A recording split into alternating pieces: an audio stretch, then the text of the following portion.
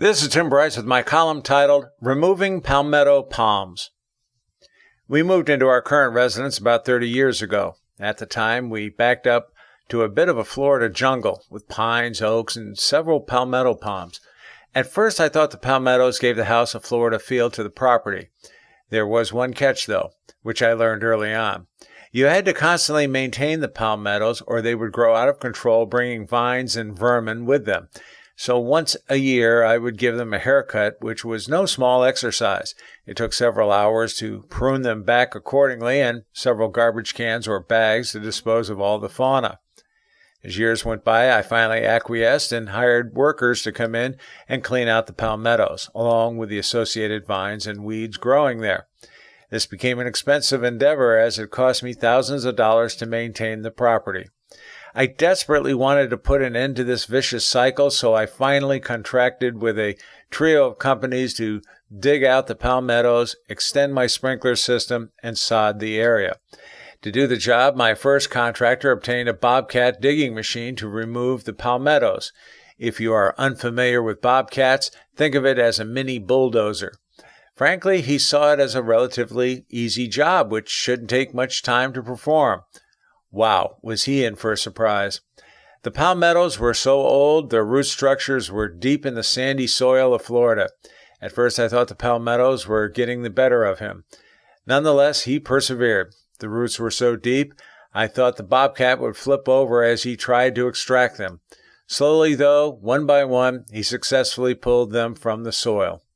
After all of this, my backyard currently looks like a moon landing, but this will all be corrected when the site is prepared for the sod, which is coming. In hindsight, I had a strange sense of satisfaction from watching the removal of the palmettos. This is something that had been a thorn in my side for several years.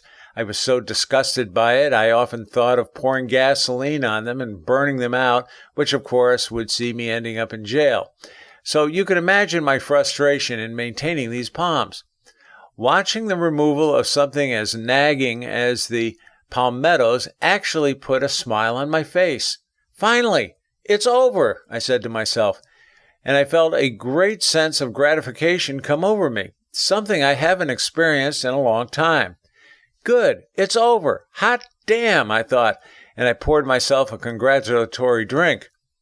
This got me thinking as to why I was so happy, and I realized it was a small victory for me. This was something that irritated me for years, and I finally remedied the situation. As I grow older, I find it becomes necessary to keep things simple and not to complicate life. Once the sod has been installed, I think I'm going to begin a campaign of cleaning out the garage and attic, and the house in general. Basically, I want to clean up the flotsam and jetsam surrounding me and stay as unencumbered as possible. That would be a huge victory and will undoubtedly cause another satisfying moment for me. I guess satisfaction comes from doing a good job of divesting ourselves of the complications of life so we may live with fewer headaches and enjoy ourselves. I also do not want to leave a mess for my heirs to clean up. No, keep it simple, stupid. The KISS approach is my mantra now, and I am looking for more satisfying moments. I also discovered as you get older, it is wise to relish all of your victories, large or small, as they become fewer and far between. Now, on to the garage. Charge! Friends, keep the faith.